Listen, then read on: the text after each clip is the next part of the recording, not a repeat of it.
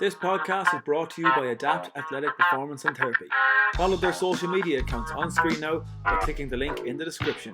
Ho, ho, ho! Merry Christmas!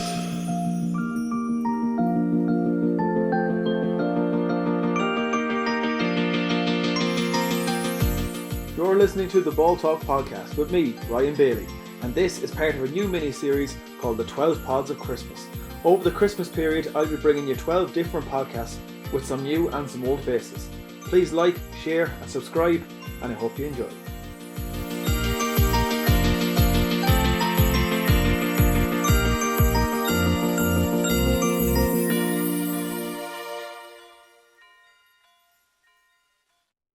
Right, this is episode number 43 of the Ball Talk podcast and day 2 of the 12 Pods of Christmas. And today I am joined by Séimidh O Baoighill. Séimidh, you're very welcome to the podcast. Thanks, Ryan. Thanks for having me. So, the very first thing that we're going into, and the same as I've forgot it actually on one or two podcasts, but for the majority of them, I'm going to ask you a question that I asked you the other day that you're prepared for.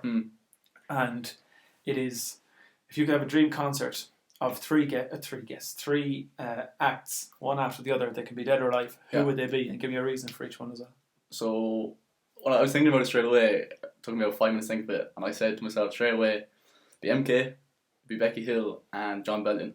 Right. So for me, MK is like one of my idols in the house music industry. Like, I think he's just a baller. Like, what he can do with the piano is just immense. Like, Becky Hill, her vocals just are unbelievable. Like, my dream collab would be with Becky Hill.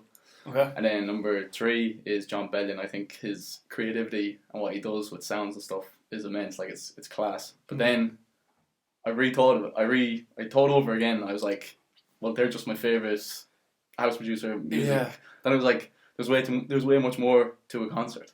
Yeah. And I was like, well, I want to, like, if I'm paying money, I want to be wowed or whatever. Yeah. So I thought of it again, and I'm going to go with Calvin Harris. Okay. So that's my that's my house music kind of vibe. Yeah. Because I think, like, his music, he's peak, like. Yeah, like, the amount of tunes he has, like, you'd be dancing for his, like. Yeah. Second one was Calvin Harris. Second one was Coldplay. Yes. I think they'd be unbelievable. I saw, like, video, you know that album they brought out in 2012, I think it was like Milo something, I don't know what it was. Yeah, what the name I know, was. yeah. But, like, they had the colour scheme was like all like colours, like bright colours and stuff. Yeah. And I saw one of those fair concerts, and they had like beach balls going around. I think everyone's ticket was like a band, you know, those luminous bands that blow up. And, like, they cut out all the lights and everyone had the bands up, and there's just so much colour. I was like, serious. That'd be unbelievable to go with that. Yeah. Then the last one is old school Rihanna. So I'm gonna go. So if you could have gone to a Rihanna concert in, like, I'm gonna say Rihanna from 2008 to 2012. Okay. So that's from the Good Girl Gone Bad album up until the what is it? Talk No Talk or something like that? Is it? Talk That Talk. Yeah. There's 4 albums in between those years from 2008 to 2012. Yeah. They'd be my top 3. Because I like that you said the experience as well, because I had to think about it too, and I love, like my 3 would be Fleetwood Mac, Red Hot Chili Peppers, and Oasis, because, like, Fleetwood Mac, I missed out on a concert last year. Yeah. It was actually, a few of the lads had gone to the concert, and I was searching for tickets, and I was like, can't get tickets anywhere. And I went to work a few days later at Mickey Mac's. Nice. And Mickey turned around, and he was after coming back from the concert. Was he? They had spare tickets going up. Of course he had. I had never asked. I had never asked or nothing. But yeah, I said Fleetwood Mac for that, and then could you imagine Red Hot Chili Peppers? It'd be just carnage altogether. And Oasis, just for the fact that, like, there probably will never be an Oasis concert again. Like, that'd be pretty good. Yeah. Yeah, and then but you look then and you're like, geez, a Queen concert is serious. Like, I know there's so many. There's so many. You can just keep thinking about it and thinking about it. And I know I could probably have a different one in 6 months' time again. Like, exactly. Yeah. You know? Like, even Gareth Brooks would be a big one too. The fact that he didn't. Yes, I won't be interested in that. No, that won't interest me. Yeah, I like a bit of Gareth Brooks myself now, and I think even the fact that he was supposed to do the concerts in Ireland and all that. Yeah. All the stuff around that, like, it'd be great to get one. But yeah, there's a bit of differentiation now in everyone's. There is, like, Raf now with this would have come out the day before this podcast, so everyone would know that Raf's got Spice Girls in his, so everyone's got their own. It's one of those, isn't it? Yeah. I've got another one for you now. different spin on it, and something that you might think off the top of your head.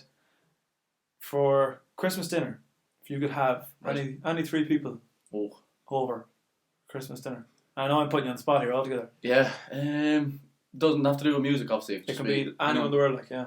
Oh God. Dead or alive again. Yeah, dead or alive. Do you know James Acaster? He's a comedian, no? Yeah. He's definitely there. I think he's so funny, man. Jeez, the things he goes out with.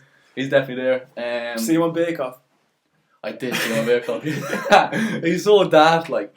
He's gas. See, Big Narcy on Bake Off. I only watched that recently. Yeah. That was all funny as well. He's killing it all together. Himself and Mo Gilligan are brilliant. Do you watch that show, do you? I've watched bits of it, yeah. Yeah, is any good? Bits and pieces. Yeah, Mo Gilligan's doing a thing now on Sky with Stephen Tries. I don't know if you heard of them. Yeah. Yeah, the two of them YouTuber, the two of them are doing very well. About soccer, is it? Or it's like it's all about like Sky Atlantic and all that sort of stuff. Right. They're basically plugging all the series that are on it. Oh, right, fair. But they do a bit on Soccer AM, I think, as well, if I'm not mistaken. But yeah, Big Nasty is doing very well. But yeah, James Acaster is. Yeah, he's definitely there. Yeah. For music, I'll go with John Bellion. He was my top artist this year. Okay. I've only really discovered him properly this year, so he's definitely there. I think he's just so creative, like the sounds he uses and his voice is class. Yeah. Third, you said 3, was it? 3, yeah. Third. I don't know, man. I actually don't know. I can't really think of anyone off the top of my head. Yeah. I'd probably go sport though, just to kind of switch it up. Probably go. Gerard is kind of like an obvious one. Yeah. He'd be good enough to chat to, I think. James Acaster and Gerard now across the table for each other. The accents across that table. Yeah. Just flying all over. Oh no, Jamie Carragher. Jamie Carragher instead of Gerard. Yeah. So no, he'd be good. Yeah, Carragher is serious altogether. Himself and Carrie Neville are just like. They're brilliant. They're brilliant. They're next level. Like. Yeah. Absolutely. Right.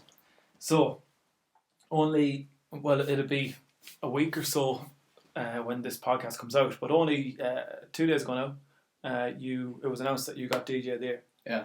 So tell me about the organisation that gave you DJ of the Year, first of all. Yeah, so it's Gorgeous FM, so it's a radio station over in Birmingham. Okay. So basically, there's this lad, Henry's his name. He runs this like show or whatever. It's called like Dance Freedom. Mm-hmm. So like he kind of like promotes underground kind of music. So like every week he'd have, I don't know, like 3 Irish artists, 3 UK artists, and then 3 like rest of the world artists. Yeah. So then throughout the year, like, he just like picked up one of my tunes. It was actually the second tune I made, which was "Baby If I Want." I think that's what it's called. I should really know, but I think that's what it's called. No, it is. No, "Baby If You Want." Yeah, "Baby If You Want." And so I picked that up, and that he was like, "Look, I'm going putting this on the show." I was like, "Sound, that's great." Like I was kind of buzzing because like when I was kind of coming up through as a DJ and stuff, I knew of his show, like, and I saw like people around me being like, "Oh, my tunes on this, my tunes on this, like the show," and I was like, "Just that'd be cool." Like, just kind of put that up on Instagram, like, in class. And it eventually happened, which was kind of cool. And then I think it was only, was it November or I think it was November or September. He was like, "Okay, do you want to do a mix for me? Like just a half an hour takeover mix." I was like, "Yeah, sound, no problem." Like, just sent it to him, and then I think it goes by like the most streams it has throughout the year on his Mixcloud, which is like basically like SoundCloud but just for music. And I was like one of the top 4 with the most plays.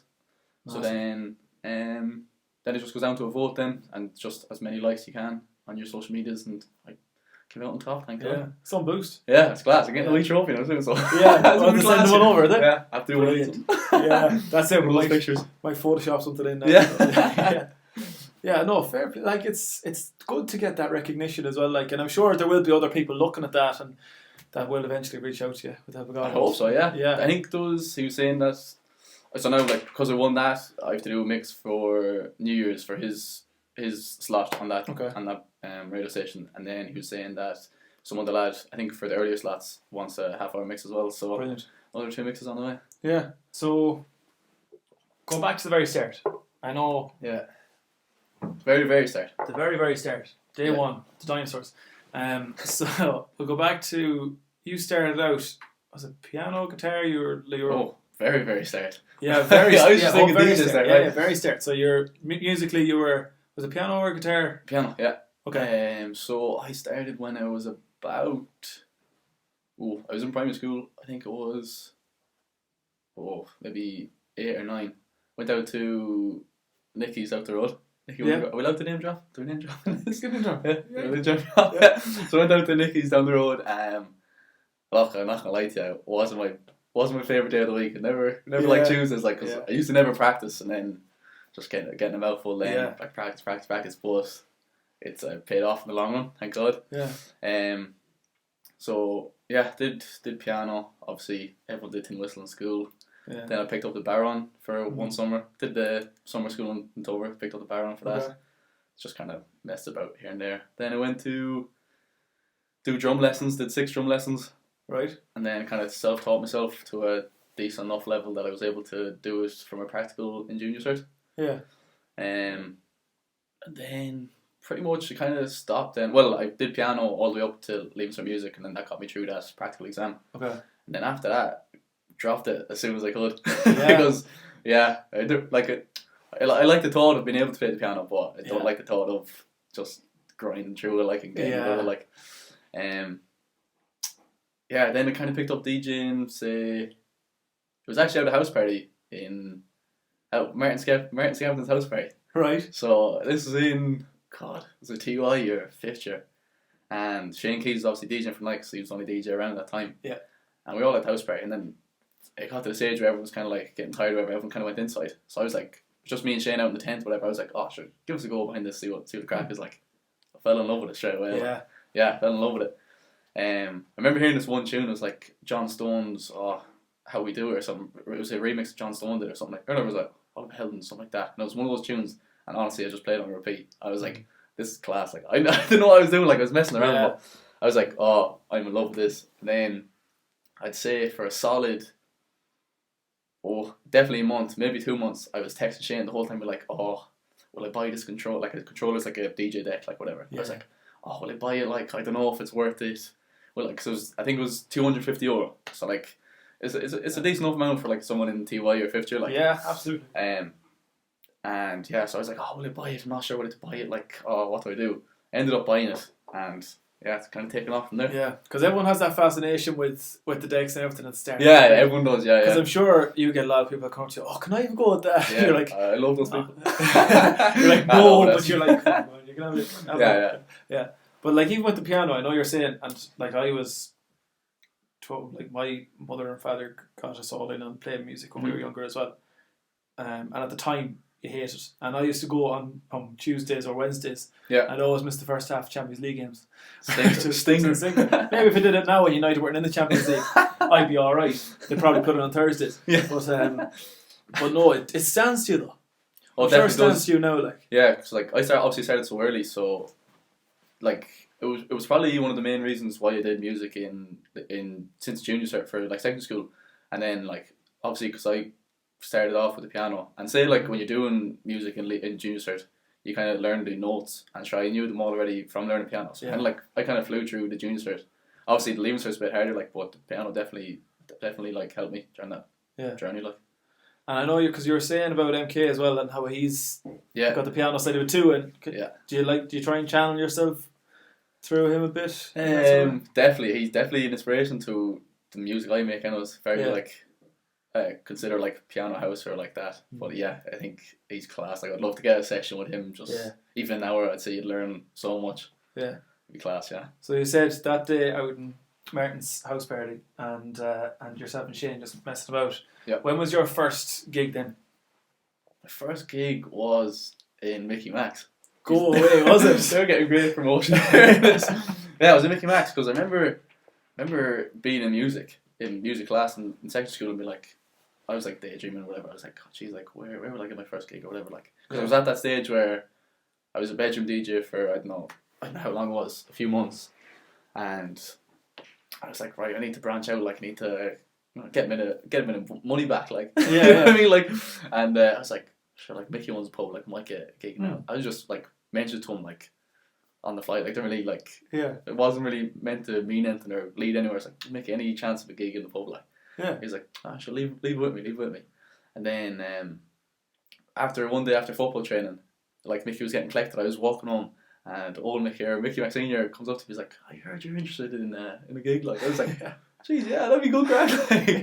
And then got in there most weekends now. It was you did a lot. Was it Saturday nights you did a lot? Yeah, he's actually very good to me, and I appreciate it because that's where I learned a lot in there. Yeah, definitely, because you can learn what you can and can't play. Yeah, exactly. Because that's exactly what I was going to say. Because obviously, what age was I then? 17, 18. Yeah. No, I think it was 17.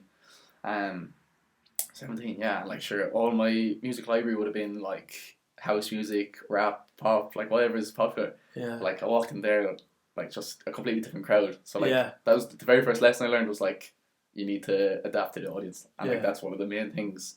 One of the most important things being a DJ is be able to read the crowd. Like because I know DJ Paddy Walsh. Would you know Paddy? Would you? He's like the DJ down in UL. Okay. He does all like Rag Week and stuff like that. Oh right, yeah.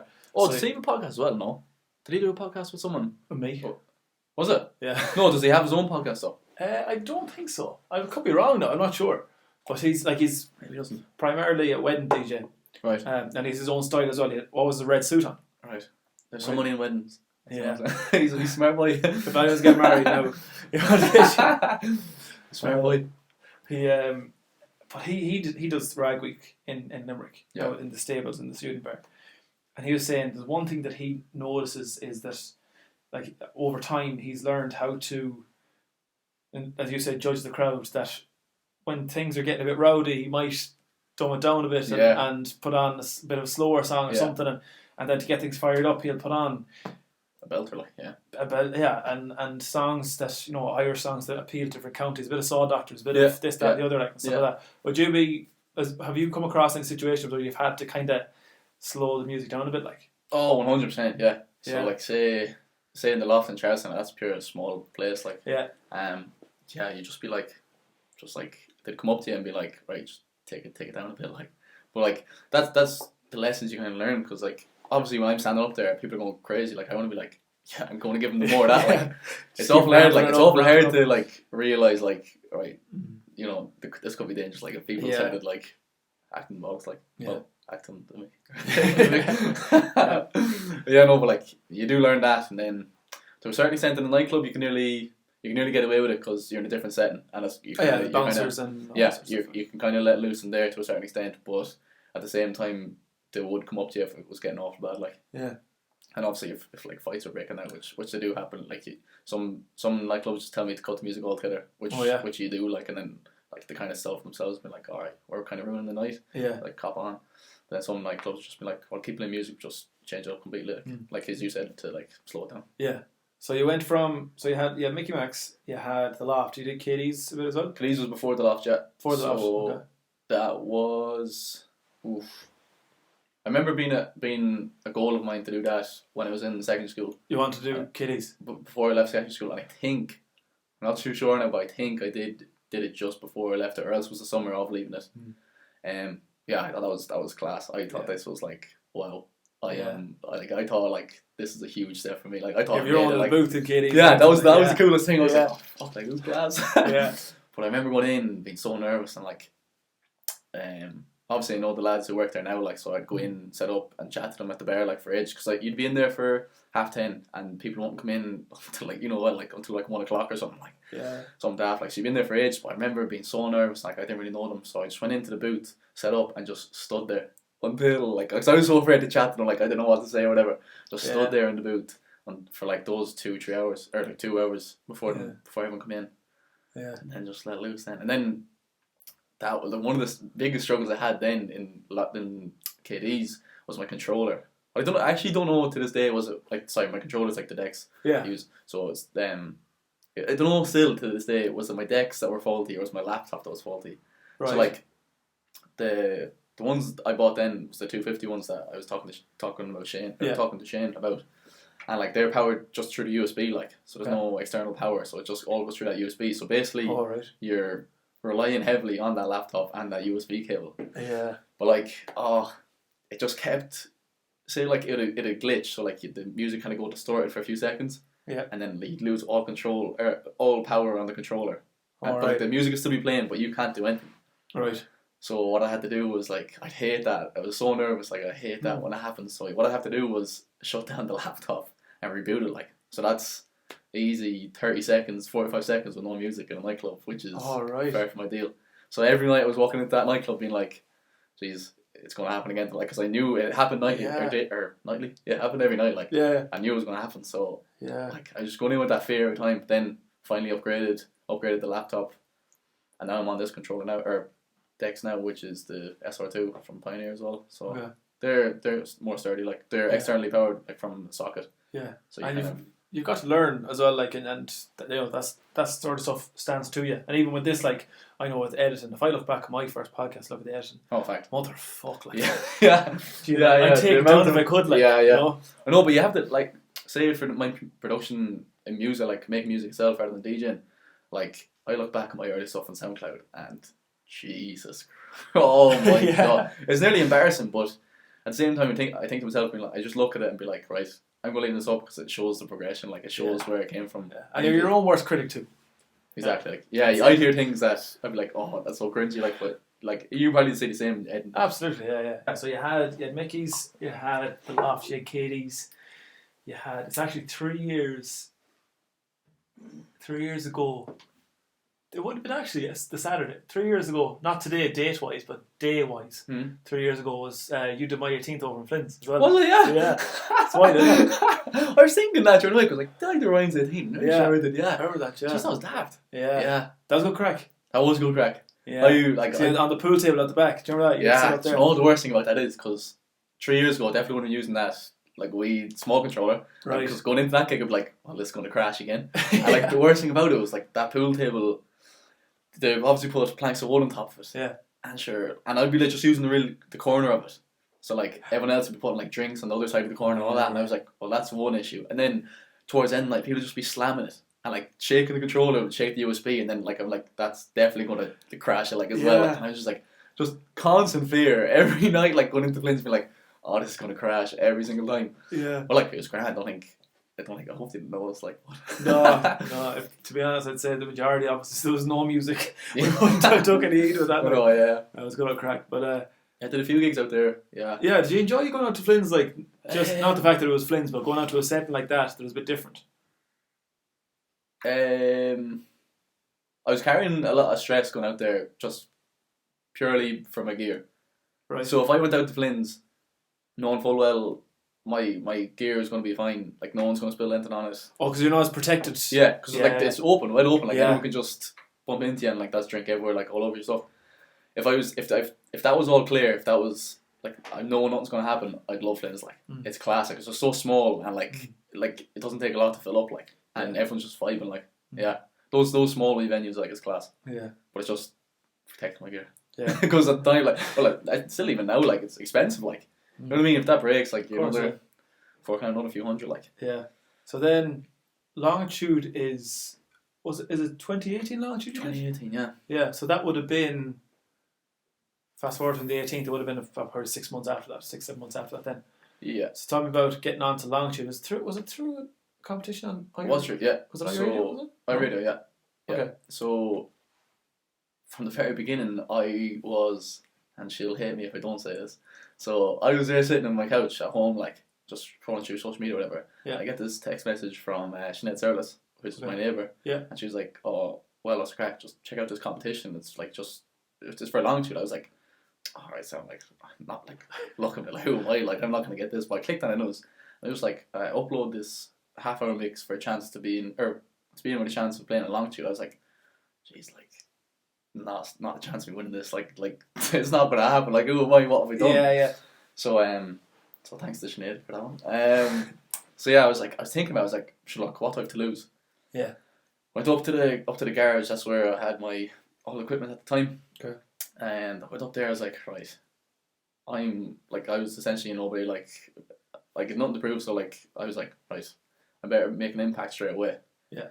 So the first thing I did was literally sat down on my laptop, go through all my tracks, been like, right, no, yes, maybe, split them all up, and I realised that, like, I've put up a few half-hour mixes, whatever, on SoundCloud, like, I can guarantee you, I'd say, no more than 5 people listen to the full thing.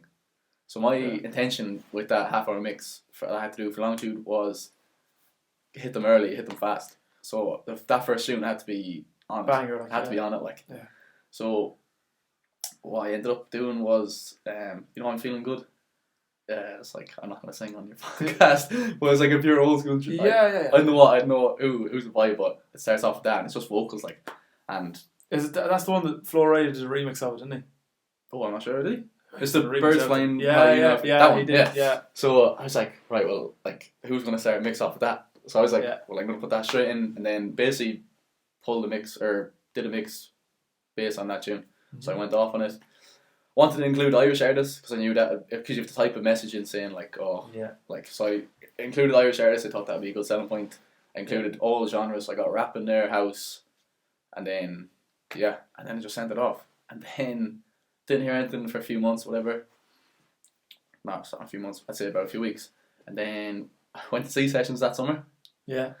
And first night was over. I think it was the second night, right? Or second after the first night. Woke up in the tent the next morning, and I was just looking through my phone. I see I got an email. I was like, "Oh, what is this?" I was going through my email. I was like, "Mark McCabe." I was like, "What?" I looked in. I was like, "Well, Jamie, you're in the from Mark McCabe." From Mark McCabe, yeah. Wild. He was like, "You've been chosen to be in the final four for the competition." You just explained like, "Oh, you have to get votes on the mix, whatever." I was like, "Best luck." I was like, "What?" And I was looking around to all the boys. The first person I saw was Adam Bro. I was like, read that. He was like, no way. And he told everyone. And just like, just loose then. And then it was just all down to votes really. And geez, the support I got was immense. Like same with the I forgot to mention, same with the DJ of the Year competition there. Like, the support locally, and it was just immense. Like just people sharing. Like, and one of the coolest ones I thought was saying a tractor shared it or retweeted it. I was like, yes. You're there, thanks guys. The black and white flag one. Yeah. I thought that was class. Like, I loved that one. No, but like, geez, honestly, the sport is mad, and the same sport for Longitude, and obviously I won it, which was class. Then going up to Longitude, then so say like the industry standard is have two CDJs and a mixer. So like these are were like 6,000, 7,000, 8,000 euro. Right. And I'm giving out about spending 250 on my thing, right? So at that time I was messing around with that one, and then I had to go from that jump from that beginner entry level controller to this industry standard, and I was like, well, how am I going to do this? So I was texting around seeing who could I message, who has these, and the only thing I could think of was the nightclub in Sligo, Scintillate at the time. Yeah. And I texted your man. I got his like Facebook, whatever. I texted him saying like, "Oh, can I just get in there for an hour or so just to practice? Like I've won this competition." He was like, "Yeah, that sounds no bother. I'll do it like on Thursday, and the competition then Longitude is that Friday." So I was like, "Right, yeah, go on." Like I've no other option. Like Wednesday night comes around, get a text from him saying, "Look, I'm actually not gonna be home. We can't do this.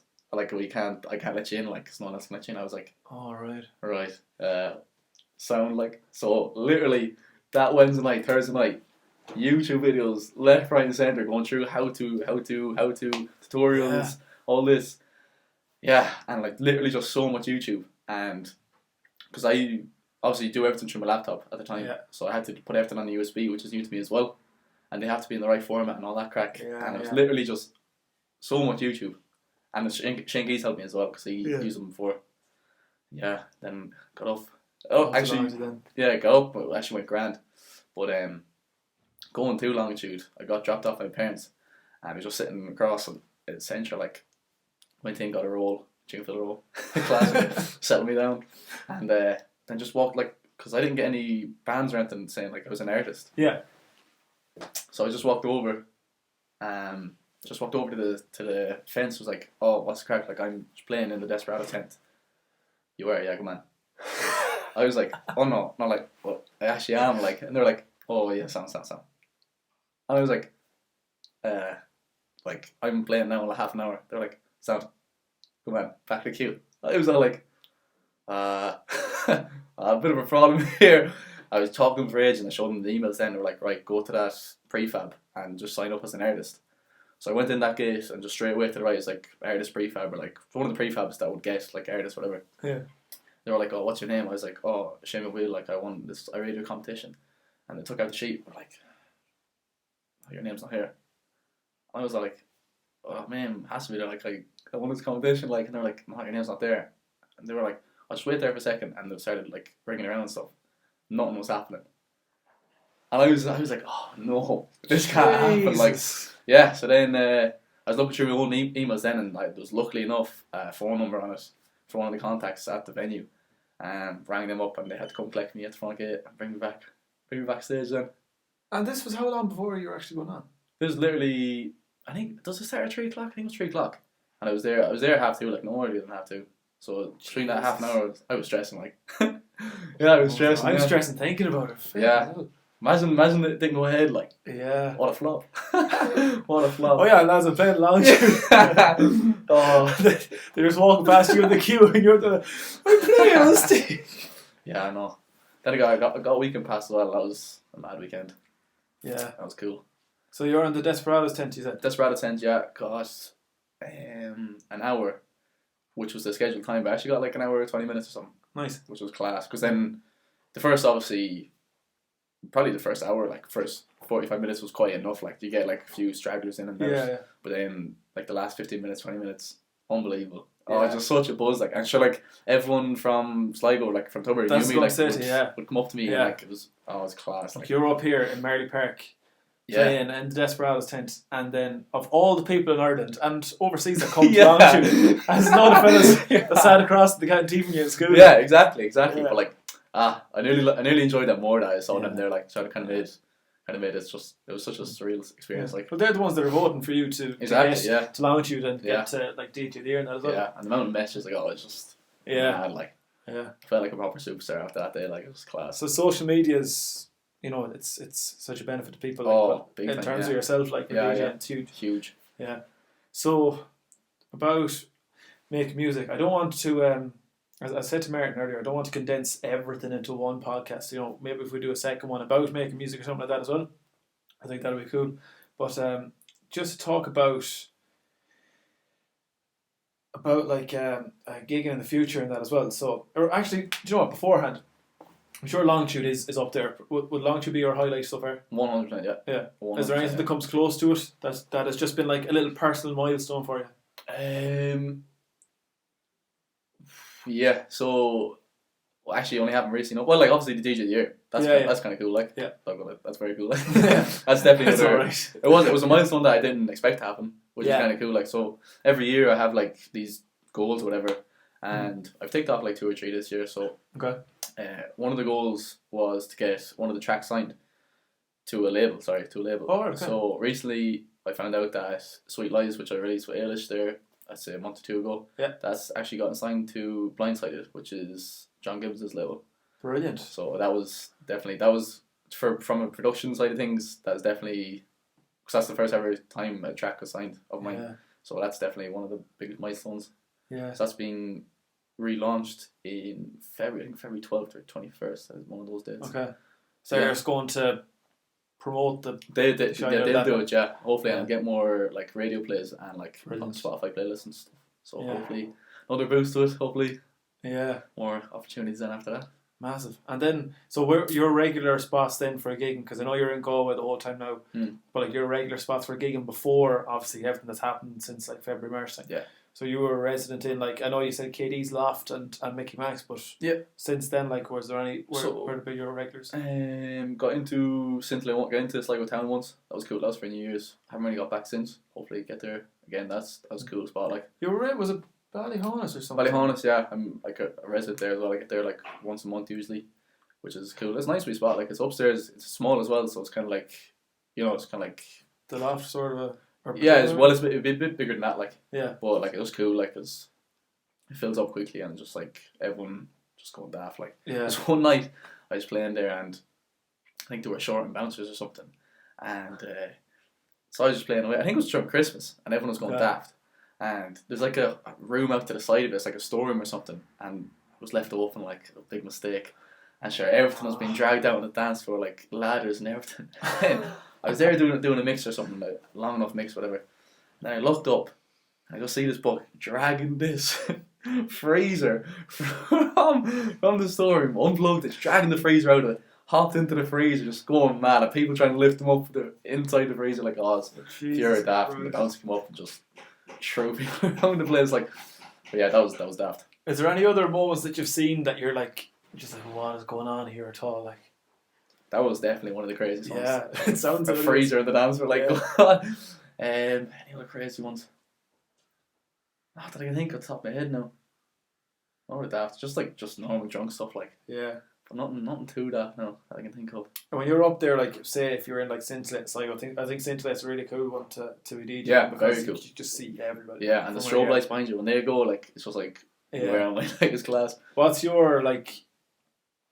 If there's one vision that you have from DJing that you've done, or just one, maybe it's something that you see every night that you're DJing, but is there just one picture you have in your mind that you're just like, gee, yeah, that was class? It has to be Longitude, doesn't it? Yeah. I think that was so cool, like, because I was up on like a level above everyone and just kind of like looking down to a certain extent. That was unbelievable, and just the vast amount of people, like, because even the people in front of you, but then looking out further again, you could see the Heineken tent. And then I think the Heineken had 2 tents or something. Well, there was 2 tents in front of me. And just seeing everyone there, like, I think that was class. Then in Sligo, I remember it was coming towards the end of the night and dropping, like, I don't know what tune it was, but it was pure, like, it was, like, filthy enough, like, I don't know what it was, because Sligo Town love a bit of techno, like. Yeah. So I dropped that, and then someone was doing the lights for me that night, which was class. Like, I thought that was class as well. And, like, all the back, I didn't even know, but all the back of it is, like, a strobe light. So I remember when that, like, came in, just strobe lights, and just seeing, like, because you know how, like, strobe lights mess with your head, like, and just seeing that, I thought that was savage, because all that dance floor was full as well. Yeah, that was another, like, iconic moment for me. Because I know Séimidh is only half an hour away in Sligo, less.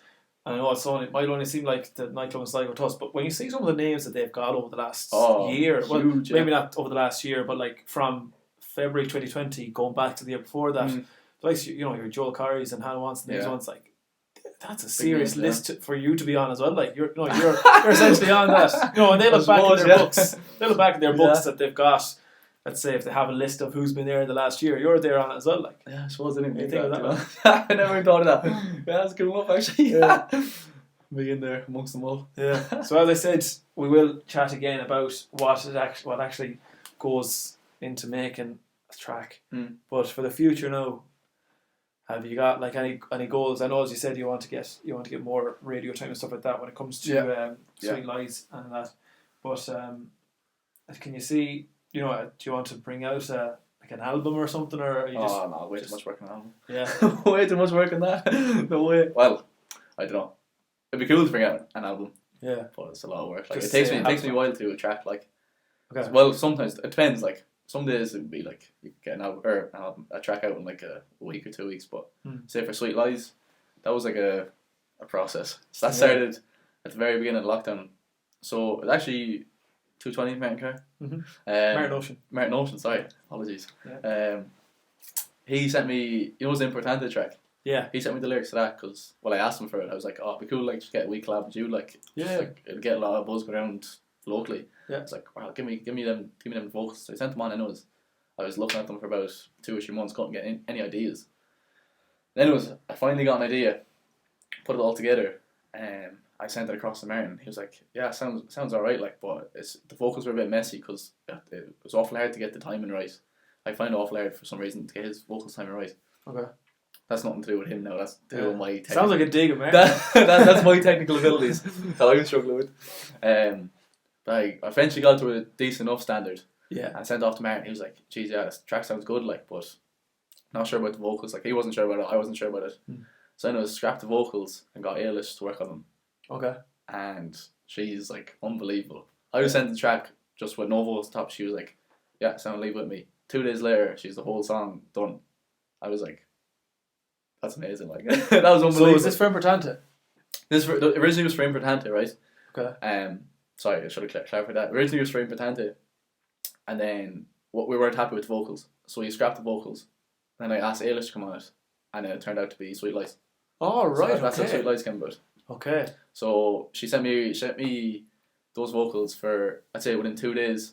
We just changed it then all through lockdown, just small tweaks here and there, and then that's how Sweet Lies came about. Yeah, that's a cool story to have. Yeah.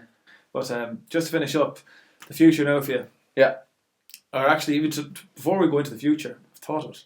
Here we go. Can you look back, let's say from the Séimidh O Baoighill start and playing the piano and stuff like that, and I know eventually when you said you were in the tent with Shane Keys and you wanted to get into DJing, fast forward from then to now, are you happy with your progress? Yeah, definitely, yeah. Yeah. Jeez, yeah. Yeah, 100%. Like, to a certain extent, I guess I can really say that I kind of skipped a few steps from going, say, playing in pubs to Longitude. Like, I kind of, not saying that I didn't want to play Longitude then, like, but like, it would have been cool to have that journey. Yeah. It's kind of like playing, like, at the beginning, then this end goal kind of came kind of forward, and then I'm kind of going through that middle phase now. Yeah. Because, like, it'll take me a while to get back into festivals and stuff. Yeah. Hopefully sooner than later, but yeah. Yeah. And is that's the goal then? And that kind of ties into my next question about the goal for the future. I know, obviously, look, I'd love nothing more than to go to festivals myself next year. I'm sure you would like to play them. Even Martin was saying about gigging, and I know comedians are in the same boat as well. But for foreseeable future, what have you got in plan? I think my goal I haven't done them out properly, like, but one of my goals for next year is to hit 50,000 streams on Spotify.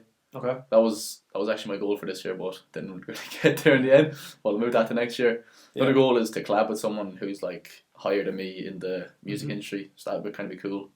Then just get back gigging and just bigger and better gigs, really. So that's where I enjoy myself the most, to be honest.